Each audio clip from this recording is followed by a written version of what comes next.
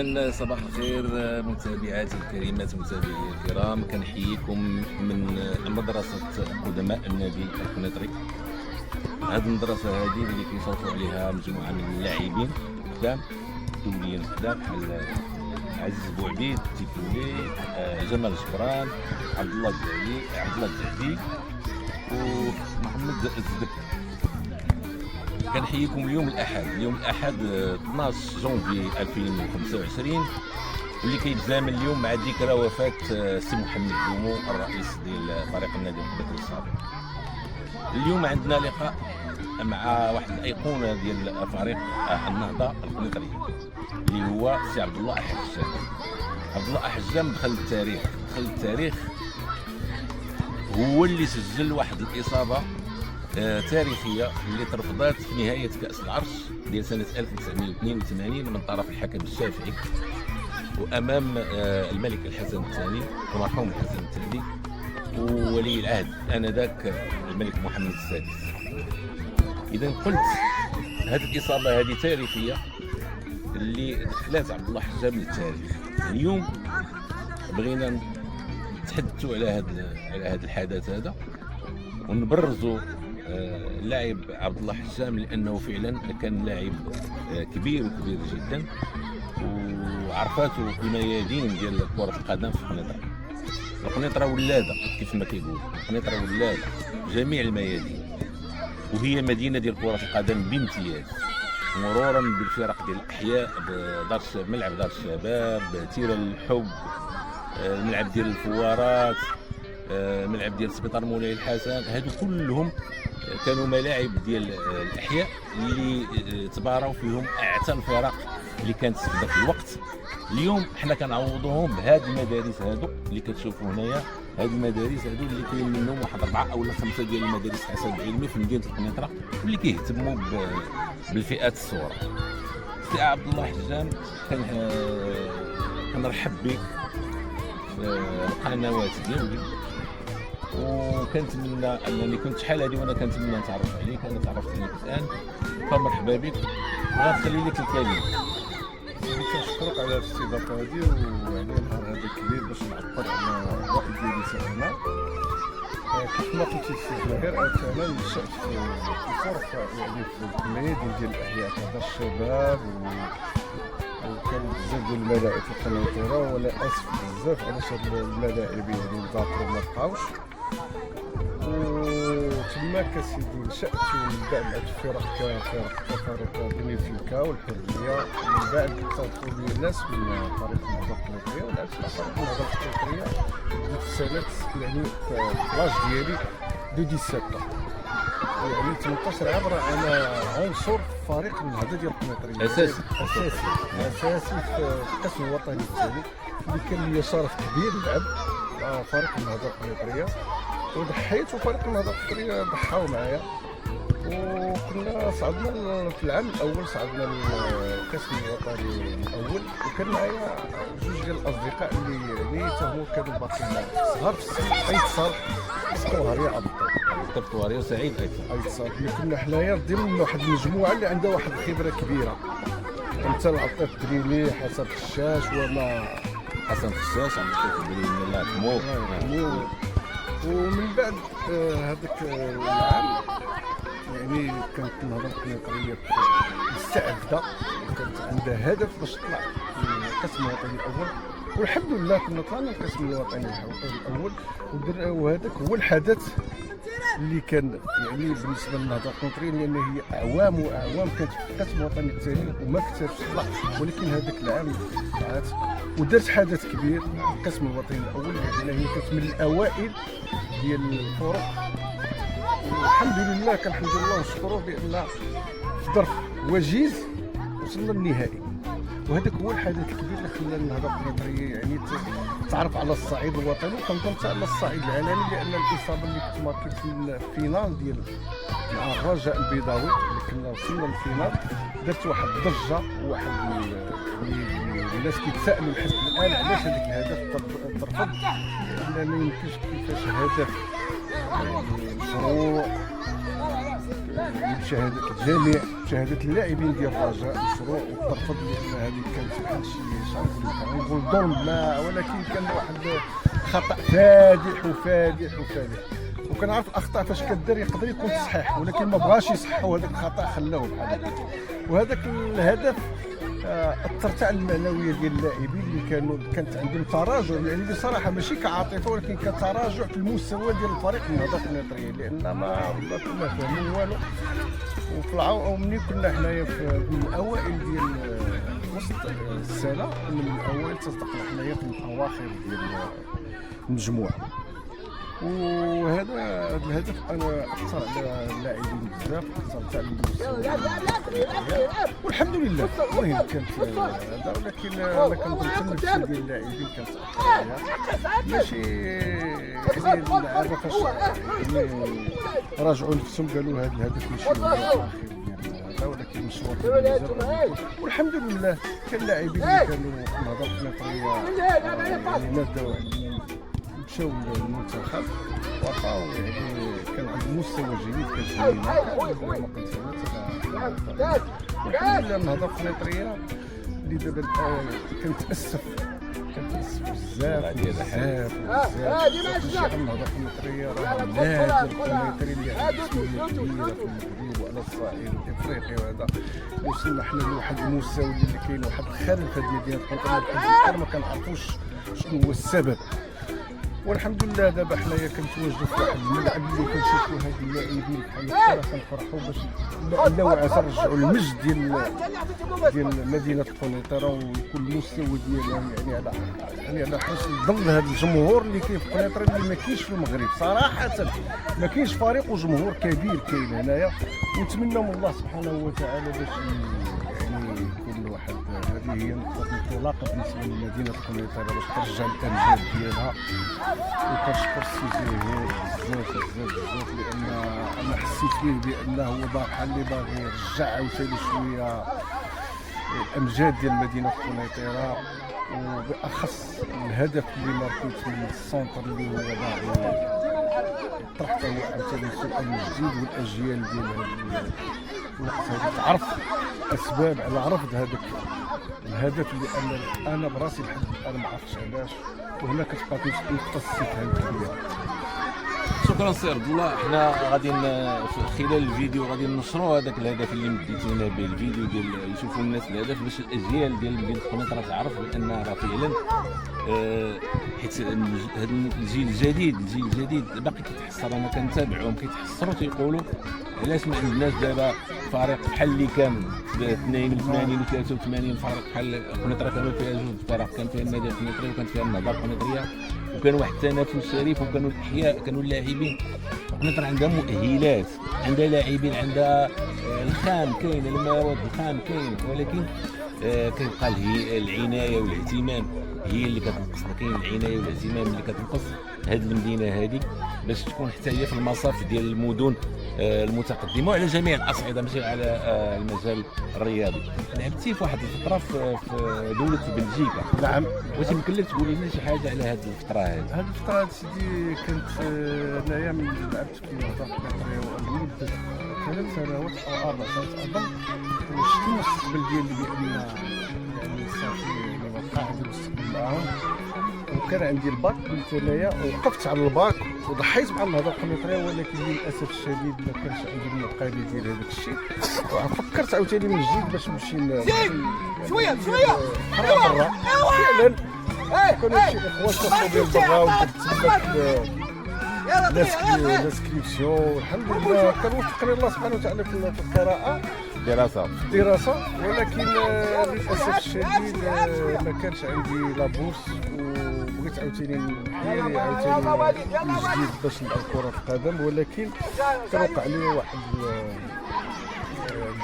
يعني اكسيدون في الملاعب ديال تماك، وكنت من احسن اللاعبين، ولكن الله سبحانه وتعالى ما كتبش، لان كان وقعت لي واحد الكسر يعني في الرجل ديالي. ورجعت عاوتاني هنايا للمغرب وما كتبش عاوتاني للابوان دابا للاسف الشديد انا علاش انا يعني عندي الغيره على مدينه قنيطره، لان كنعرف مدينه قنيطره عندها لاعبين كبار، وللاسف الشديد انا غادي نقول واحد الحاجه اللي الناس ما لاحظوهاش بزاف، يعني هو اندثار الملاعب في الاحياء هو اللي خلى اللعابه ديال في قنيطره ينتظروا بزاف. علاش نعطيكم مثال بسيط، ها هو ملعب داروه برا، ها هما لعابه كاينين باغيين يلعبوا دراري صغار كاينين يلعبوا في هذا، ولكن للاسف الشديد الناس المسؤولين ما كيلاحظوش هذا الشيء هذا، لان كل حي خاصو ملعب ديالو، لعل وعسى لا يعني يكتشفوا لاعبين جداد ويعني النادي القنيطري يستافد منهم والنهضه القنيطريه تستافد منهم، ولكن ما كيخلوش في هذه المسائل هذه للاسف الشديد. للاشاره في هذا الملعب هذا ديال القدماء النادي القنيطري كيتوجد في نخاخصه، في الضواحي ديال مدينه القنيطره، واللي كيفرح الان شويه وكيعطينا شويه الامل هو هاد الاونه الاخيره ولاو كيكثروا شويه هاد الملاعب هادو، وفيهم مدارس، وكاين واحد مجموعه كبيره ديال الجمعيات اللي ولات كتهتم بالفئات الصغرى ديال لي مينيم ولي سو مينيم ولي كادي ولي جينيور، يعني كيبشر شويه بالخير على اساس اننا نسترجعوا ديك المكانه ديال مدينه القنيطره في بين صفوه ديال الفرق الكبيره. ما ننساوش بان كاينين هنايا مدربين كفء، لاعبين لاعبين عندهم خبره كبيره، اللي كنظن بان هنايا اللاعبين الصغار يستافدوا من هاد الناس هادو لان باش تلقى بحال هاد اللعابه هادو ولا مدربين راه قليل كاين وكيضحيو من عندهم، وما كيعطيوش وما كياخذوش المقابل، كيضحيو من عندهم لان عندهم غيره على كره القدم وعندهم غيره على مدينه القنيطره. نتمنى من الله سبحانه وتعالى ييسر الامور وترجع مدينه القنيطره كيف ما كانت. شكرا سي عبد الله حجام الله يبارك فيك اللي كيتميز باللباقه وباللطف والاخلاق العاليه. شكرا لك على هذاك الشيء. علاش سبحان الله انا لاحظتها نعطي مثال بسيط بحال مزراوي، هو الاخلاق كتجي من من يتقي الله نجعل له مخرجا. صراحه هو الانسان اللي متقي الله، الصلاه والعباده شي في الملاعب لا يتكبر، يكون طبيعي عادي، حتى في اللعب ديالو الا ضربوا شي واحد ما ينفعلش معاه. انتم شوفوا مزراوي واش كينفعل ولا ما كاينش، ومن عند الله سبحانه وتعالى. قسمت بالله كنهضر معاك صراحه، الانسان اللي كيكون متقي الله في الملاعب ما كينفعلش، والعكس صحيح. يعني هذا الشيء ديال الاخلاق وديال الشيء راه من الصلاه والعباده. الله سبحانه وتعالى كيهدي البشر، كيعطيه مثال كبير في اللعب. وكتشوفوا نعطيكم عاوتاني العكس صحيح بحال فينيسيوس، ياك لاعب كبير ولكن هذيك الافعال اللي كيدير ما كنظنش في المستوى ديال ردة الفعل ديالو، وهذيك هي اللي كتخلي واحد اللاعب كيبقى فيه شكوك. واش فهمتي؟ اسمح لي تحية السي عبد الله، تحية. شكرا لك.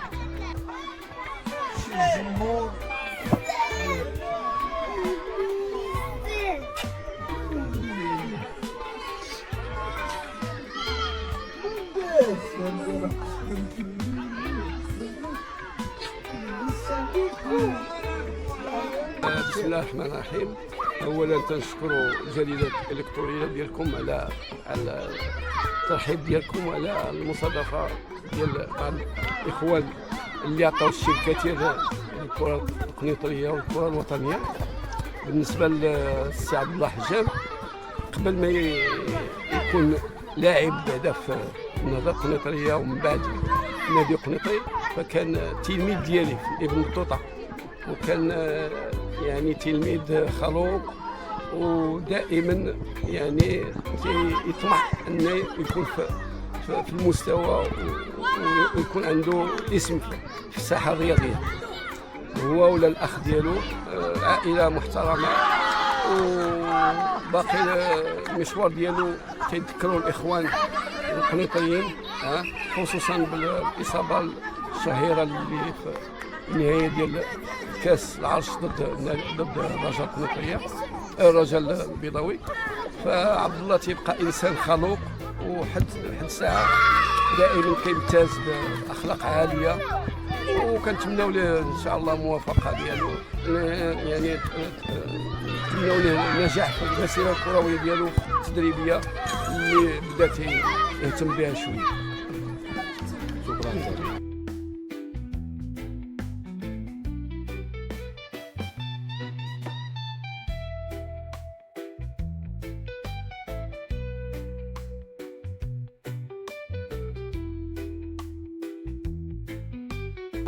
السلام عليكم.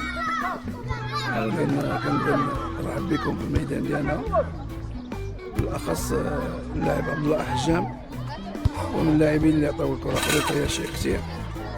فريق الحقيقه اللاعب اللي ما خداش حقه، اللاعب اللي يعني لعب 3 ديال النهائيات ديال الكاس، مع كامل الاسف ما كانش الاعتراف بالجميل في هذه المدينه هذه.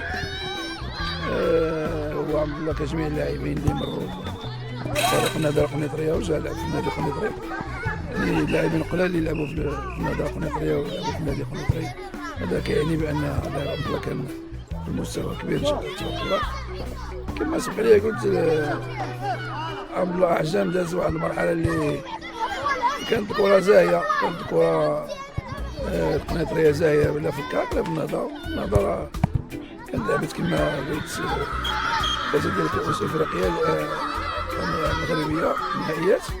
هذه الفرق اللي لعبت كاس ديال كؤوس المغرب، كنتمناو ليه ان شاء الله يستغلوا المعرفه ديالو ويستغلوا الكره اللي دوز. علاش ما يكونش حتى هو من المدربين ديال الفئات الصغرى مع كامل الاسف، لان عنده ما يقول دوز سنوات كثيره في النادي القنيطري والنادي القنيطري. نتمناو الناس ديال القنيطره، لا هو لا جميع المدربين اللاعبين القدامى اللي ديال القنيطره باش يعطيو الحظ ديالهم باش يأثروا على هاد الشبان هادو ويعطيو يعني الاستفاده وداك الشيء اللي هما يتعلموا هاد الفئات الصغرى. شكرا. هذا كان تصريح ديال جمال جبران، اللاعب الدولي السابق ديال النادي القنيطري، واللي من المشرفين والمؤطرين ديال هذه المدرسه هذه، اللي كنتمنى صادق ان هذه المدرسه هذه والمدارس الاخرى ديال هذوك لي بيبينيير اللي ولاو في قنيطره، انهم بواسطتهم او عن طريق هذه الاعمال اللي كيقوموا بها نسترجعوا او قنيطره تسترجع الامجاد ديالها. شكرا سي جمال. مرحبا، شكرا لكم. شكرا.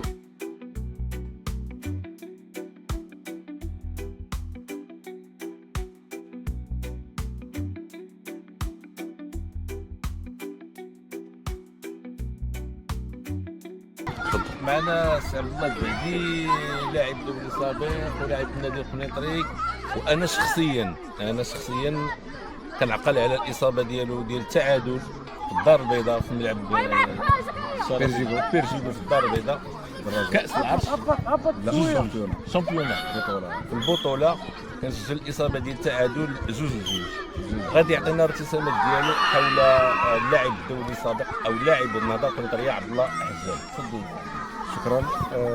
بالنسبه للسي عبد الله حجام، اولا لما في ليكيب ناسيونال جونيور، يعني اولا الاخلاق، عبد الله كيتصف باخلاق عاليه وعنده امكانيات، كان عنده امكانيات تبارك الله عاليه. لما في ليكيب ناسيونال هو اللي كان كيدير كابيتان ديال المنتخب ديال الشبان انذاك في بعض التربصات اللي كانت في المانيا وكنا في فرنسا وبعض الدول العربيه. عبد الله كيبقى من اللاعبين الكبار اللي دازوا في مدينه القنيطره، وبكل صراحه زعما حتى الاخلاق ديالو كيبقى واحد الانسان اللي هو مخلص، والاصابه ديالو ما نساو ديك الاصابه ديالو تمركات في النهائي ديال كاس العرش. مع كامل الاسف الحكم كان عنده راي اخر في الاصابه. وعبد الله كيبقى من اللاعبين البارزين اللي دازوا في الساحه الوطنيه بكل صراحه في السنوات ديال الثمانينات، وكنتمنوا له ان شاء الله كل التوفيق في الحياه الشخصيه ديالو. هادشي اللي كاين. شكرا. باسمكم كنشكر السي عبد الله الزهدي على هذه الارتسامات ديالو، وحتى نتلاقاو في حلقه خاصه معاه ان شاء الله في الحومه ديالو. تحياتي لك. شكرا.